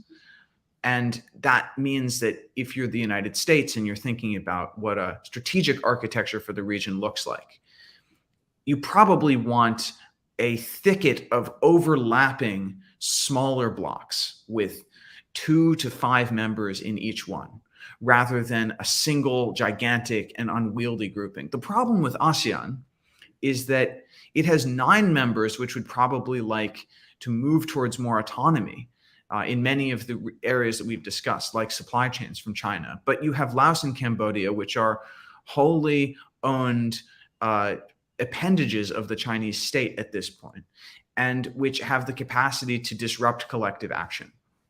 So we hear a lot of talk about the UK joining the Quad. South Korea's new president wrote, I thought, a very compelling piece in Foreign Affairs talking about expanding cooperation with the Quad. All of these things are to be welcomed. But if you keep adding new members to the Quad, you will very quickly reach a point where it becomes very hard to get consensus. So I think starting with these 4 members, looking at what the places where we can agree, and if there are areas where our interests don't align, building other groupings to address those problems is a more prudent way to go. Thank you. Thank you so much there. We are now going to Delhi itself. So we're going to get the Indian point of view with Manoj Joshi, who's an author and distinguished fellow at the Observer Research Foundation. As a journalist, he has got vast first-hand, on-the-ground experience of all these issues we've been discussing, and he's been a member of India's task force on national security. And he's got a book coming out next month called "Understanding the Sino-Indian Border: A Danger of Wars in the Himalayas." So these are all big topics that we've been discussing. So Manoj Joshi, give us the Indian perspective. Thank you. Members of the Democracy Forum, Lord Bruce, and fellow panelists, Humphrey, it gives me great pleasure to participate in this live seminar. I will present an Indian perspective, but just that. This is my Indian perspective, not that of a government or the institution I work with. Now, there have been a spate of visitors to New Delhi in the past weeks.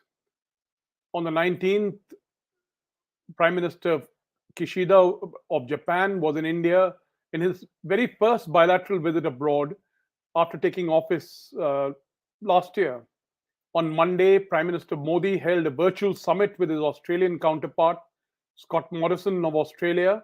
And on Tuesday, we've had Victoria Nuland, the US Under-Secretary of State. And tomorrow, China's Foreign Minister Wang Yi will be in New Delhi for his meeting. Now, it's difficult to believe that all this is happening purely by coincidence.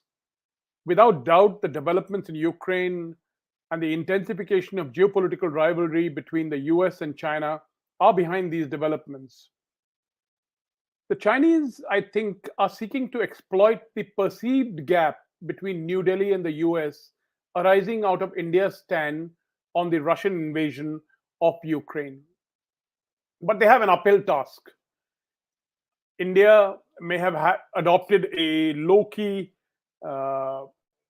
diplomacy to deal with Beijing's coercive behavior along the disputed Sino-Indian border in 2020. It may have soft-pedaled Xinjiang, Hong Kong, Taiwan issues, but it is far from normalizing its ties with Beijing. And as Foreign Minister Jaishankar told the Munich Security Conference in February, India's ties with China remain at a very difficult phase. And importantly, the state of the border will determine the state of the relationship. Now, recall that in 2020, Chinese and Indian troops clashed on their border, leading to 20 Indian soldiers and 4 Chinese soldiers dead, the very first casualties since 1975 on their disputed and militarized border. Now, India has refused to condemn the Russian invasion of Ukraine, either in the UN or elsewhere, remaining content to make some kind of an explanatory call to honor the principles of the UN Charter and international law, and calling for a cessation of violence and dialogue. Now, this has generated considerable unhappiness in the West. On Monday, President Biden himself weighed in by saying that the world had mounted a united front across Europe and Pacific on the Ukraine issue, with the possible exception of India being somewhat shaky on this. The next day, Victoria Nuland, the US Undersecretary of State, added, democracies need to stand together and evolve their position vis-a-vis Russia because of the rising threat from autocracies like China and Russia. She said US could actually help India with the arms supplies and warned New Delhi against the China-Russia axis.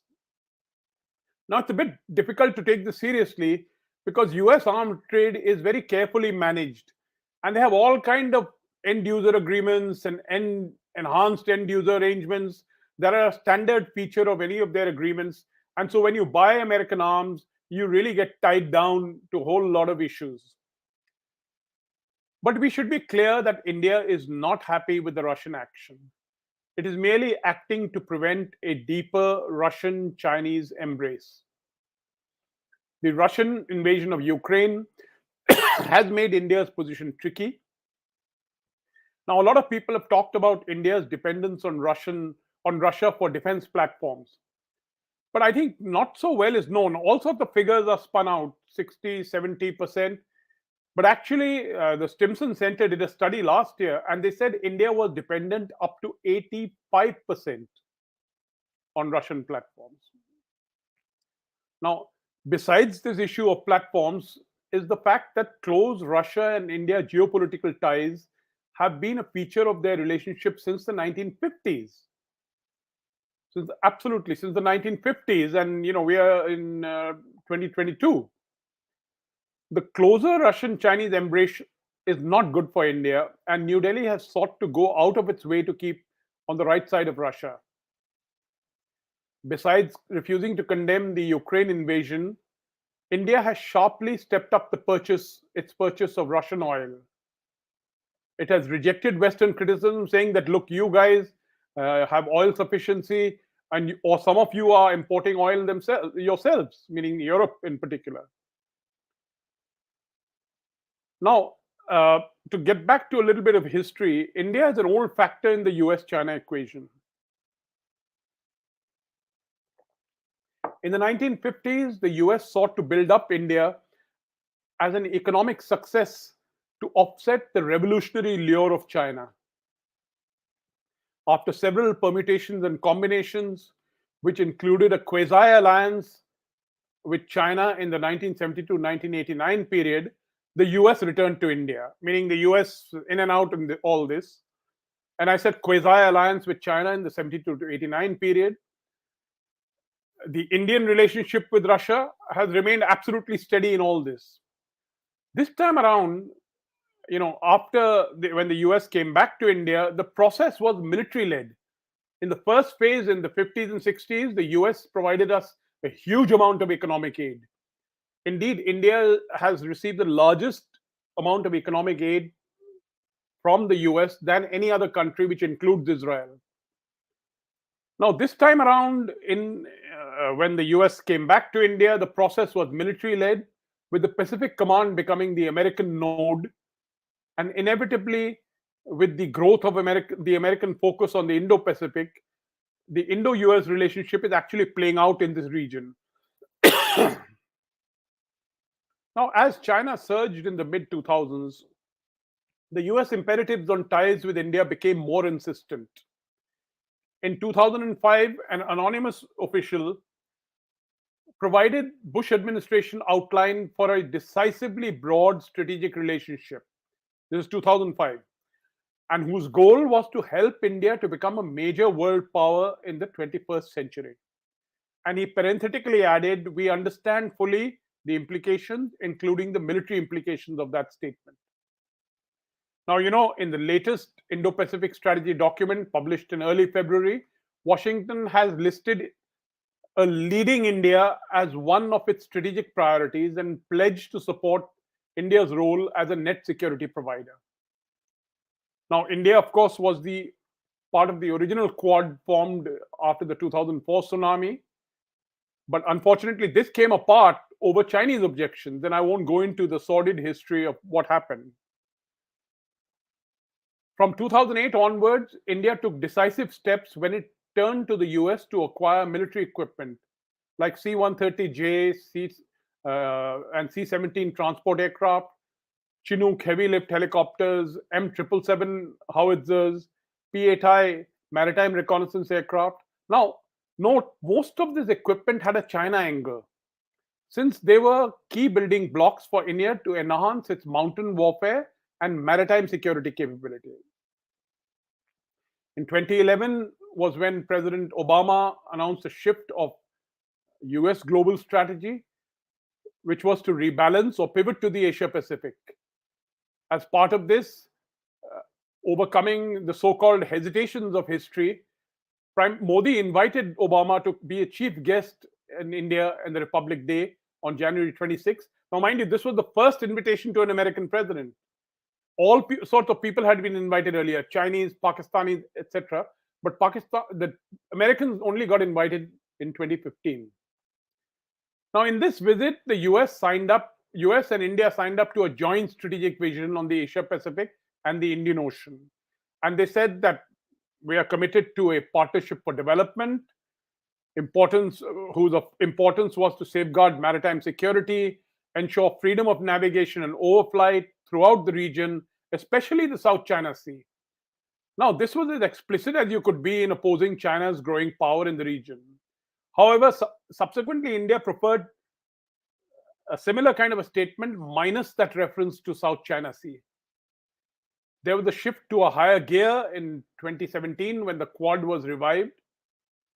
India's military-to-military relationship also had a qualitative jump when India signed all 4 foundational agreements, which enhanced Indian cooperation on areas of communications, geospatial intelligence, shared logistics, etc.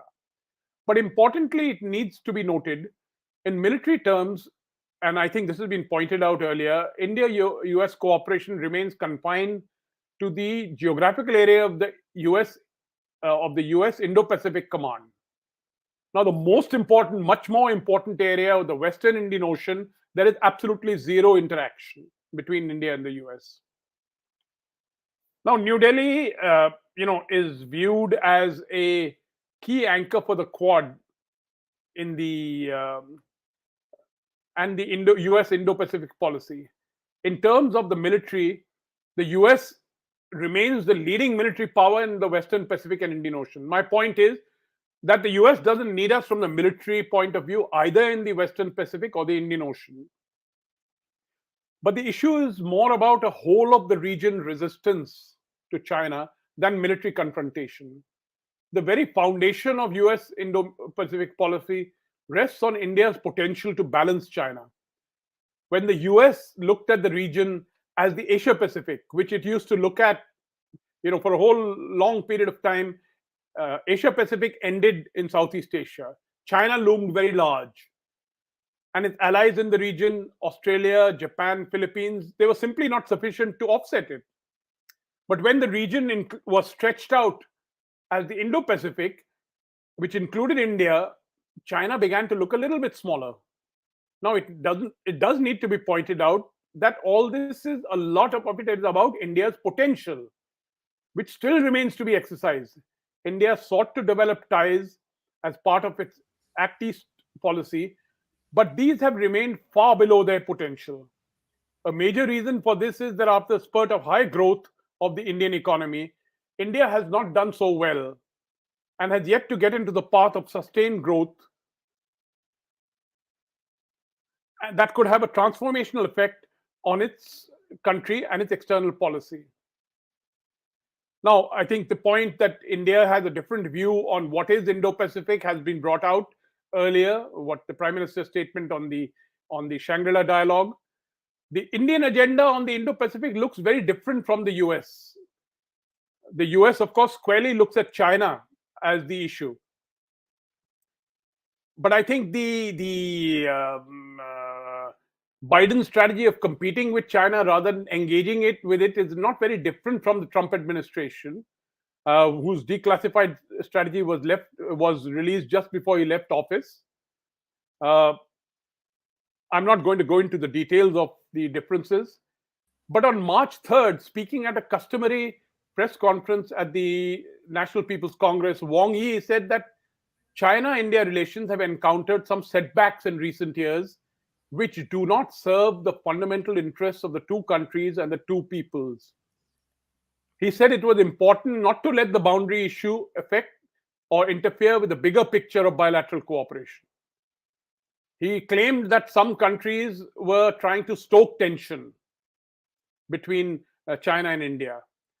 And as for Indo-Pacific strategy, of course, he said it's a byword for bloc strategy. According to him, he came up with a new terminology, which was 5432, which said the US was relying on the Five Eyes, Quad, AUKUS, and its bilateral alliances. Now, India has rejected the idea that this Quad is some form of an Indo-Pacific NATO.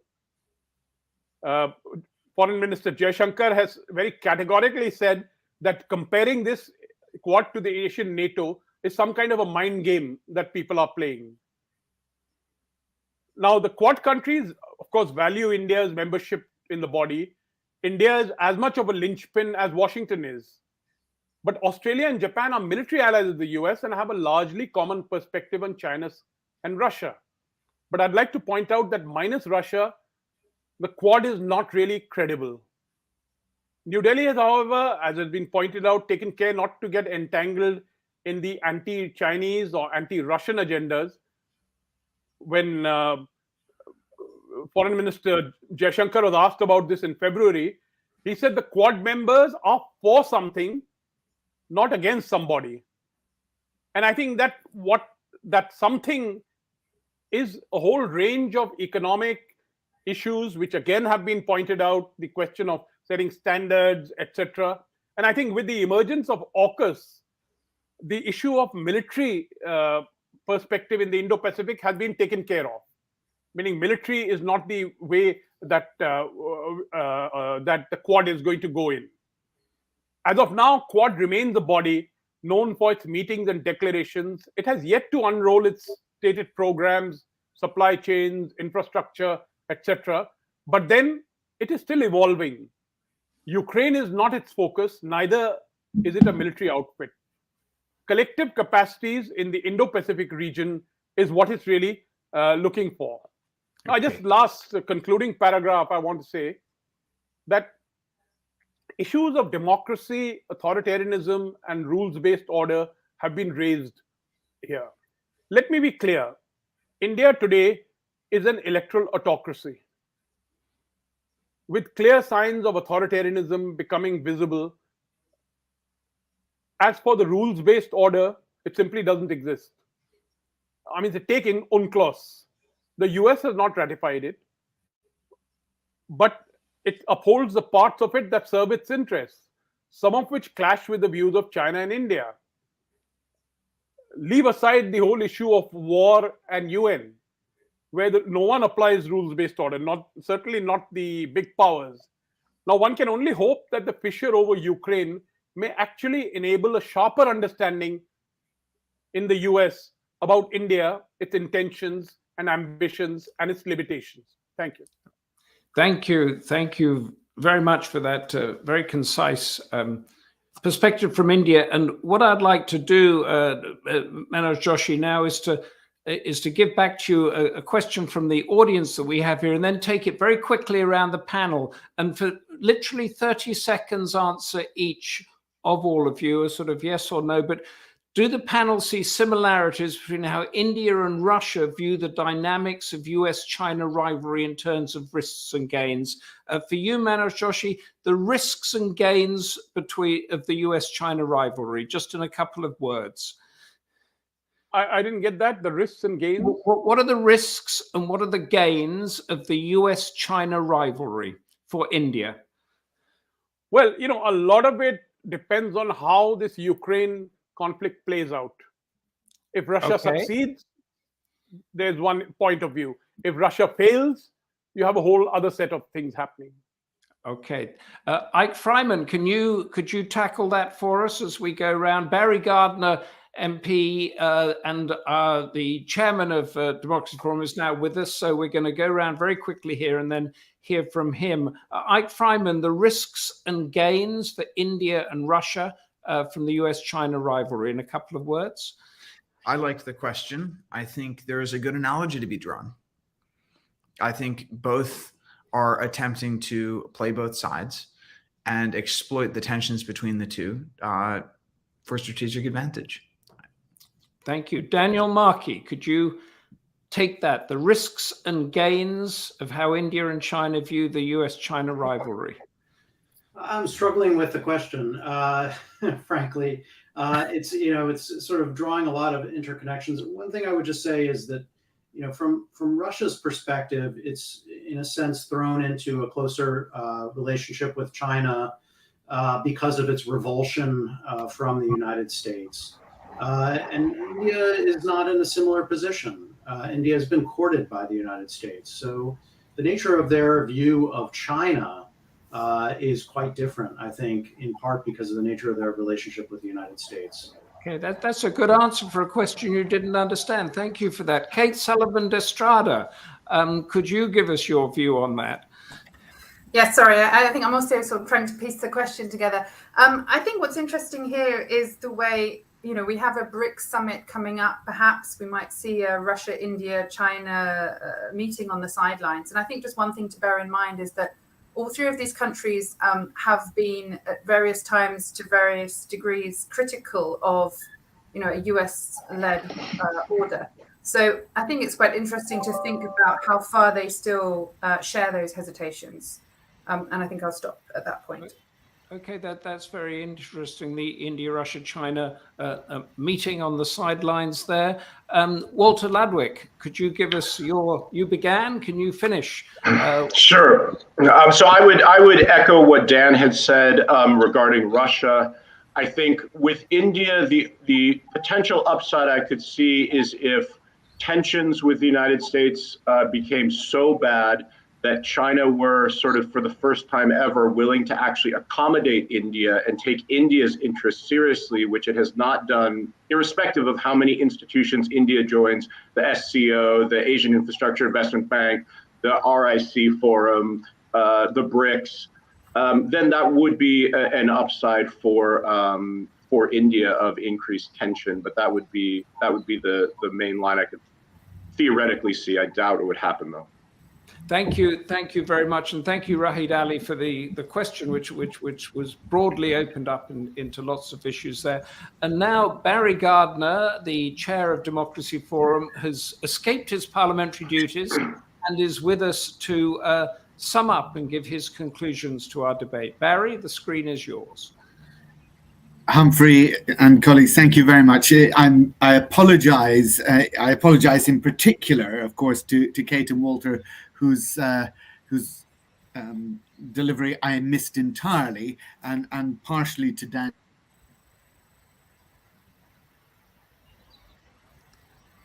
He's muted. Hear me now? Yes, we can hear you now, Barry. Okay. Continue.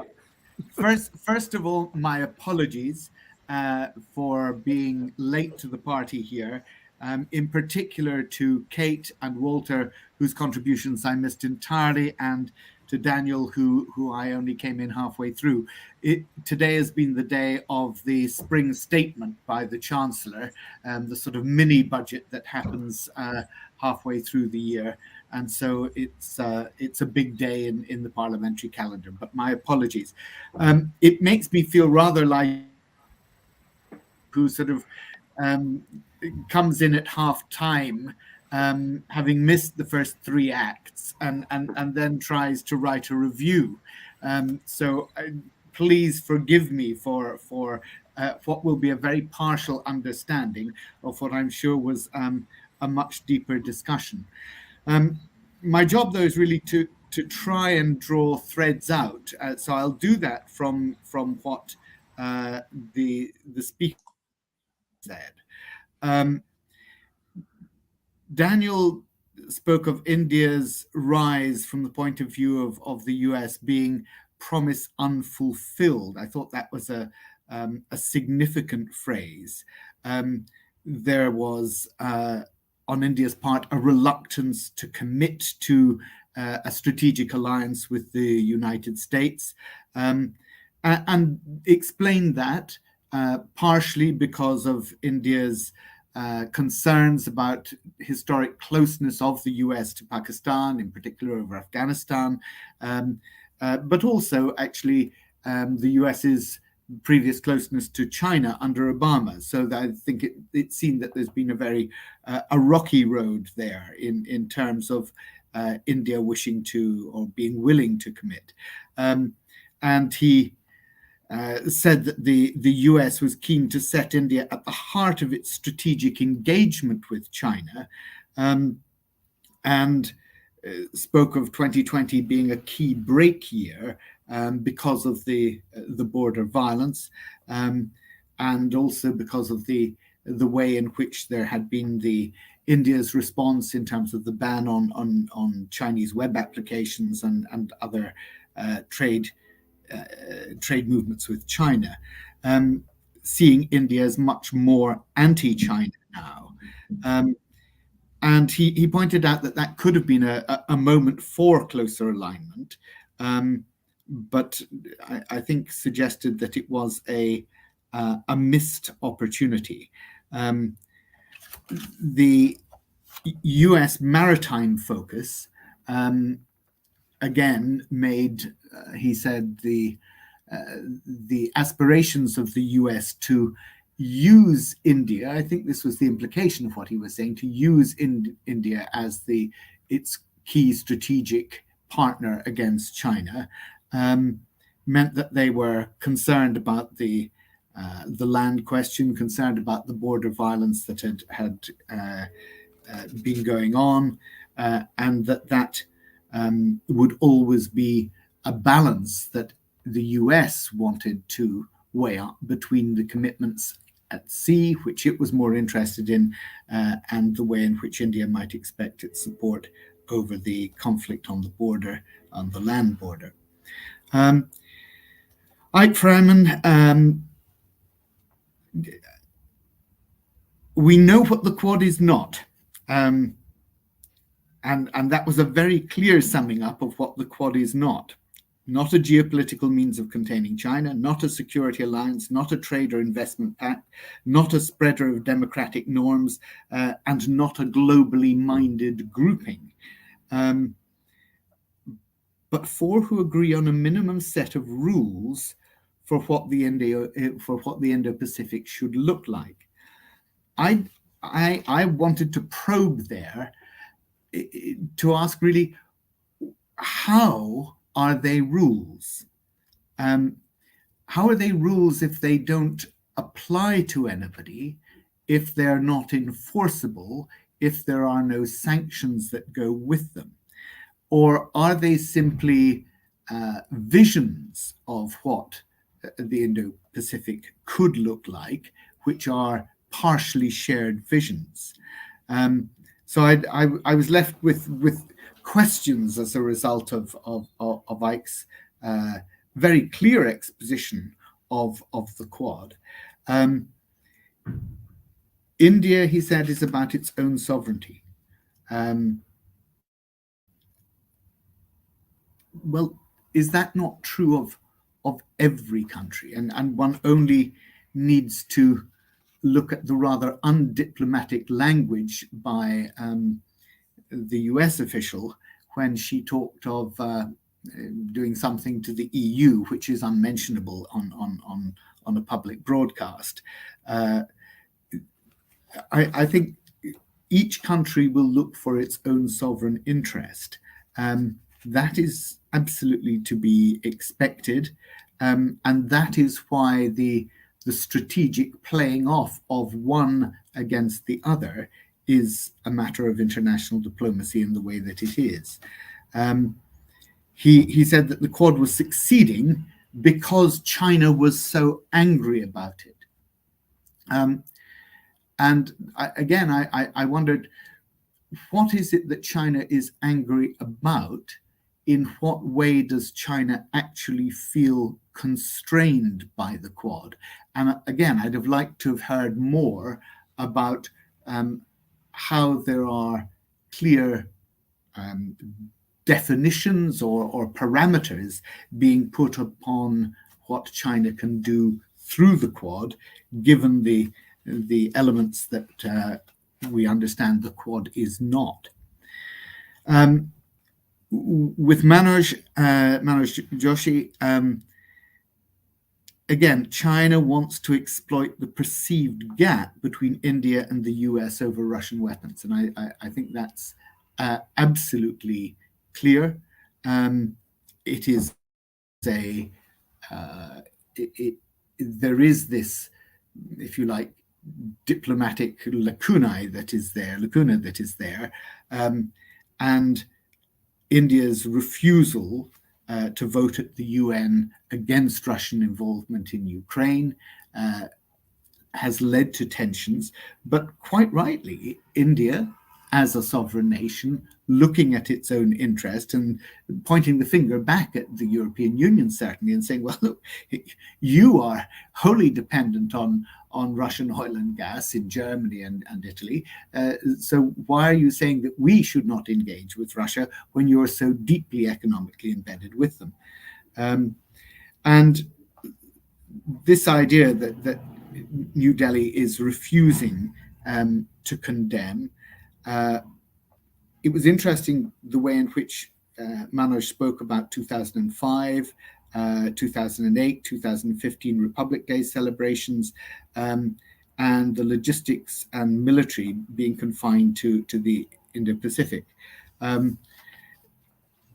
Look, big powers do not apply rules-based order in the UN, he said. They act for themselves.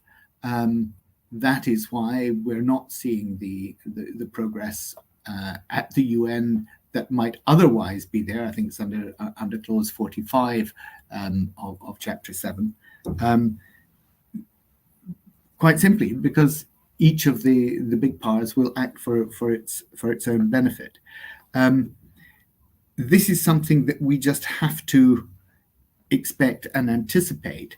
But for the United States, and the way in which it perceives its future relationship with China, I'm not convinced that they should regard India as a pliable strategic partner in their attempts to set the rules, whatever those rules might look like, for the Indo-Pacific. Humphrey, I'll leave it there. more questions, I'm afraid, than answers, and inevitably partial, because I wasn't able to join you for half of your deliberations. But thank you to the speakers who I did hear for what was an interesting take on, I think, an increasingly fraught relationship. Barry, thank you so much for that, and thank you for making it. Just to fill in a couple of gaps, my takeaway, although it's much more, is that Walter Ladwig, the point that the Indo-Pacific is undefined, and there's an arc of instability there. And Kate Sullivan Estrada, I picked up that point about India having a different view of whatever this world order is, and having its own stamp that it might or might not put on it. But thank you all. Thank you, Manoj, Joshi, Humphrey, Daniel, Humphrey, yes? Could I just say one further thing about Manoj Joshi's contribution? Yes, of because course, I was Barry. deeply concerned to see that he was drinking Irish whiskey in the background, that bottle of Jameson there. And as a good Scotsman, I could not let that pass. And I'm sure Lord Bruce saw it also. Charles, we need to get Dr. Joshi a bottle of decent Scotch malt, okay? Between us, I'm sure we can manage that. Barry, couldn't that be the first special post-Brexit trade deal we cut with India? We're very good at that on cheeses and whiskies, aren't we? Barry can send a bottle of House of Commons blend. And on that upbeat note, although the whole topic of the debate is a running story, but thank you everybody. Manoj Joshi with your Irish whiskey, Eyck, Freymann, Daniel, Markey, Kate Sullivan Estrada, and Walter Ladwig for your insightful arguments and comments, everybody. Thank you, Barry. And Lord Charles Bruce and the team at Democracy Forum. Next month, Wednesday, the 20th of April from 2 to 4, we are discussing the Ukraine crisis, its causes and consequences, and hopefully the violence might have stopped by then. Hope to see you all next month. And until then, stay involved, stay safe, and goodbye.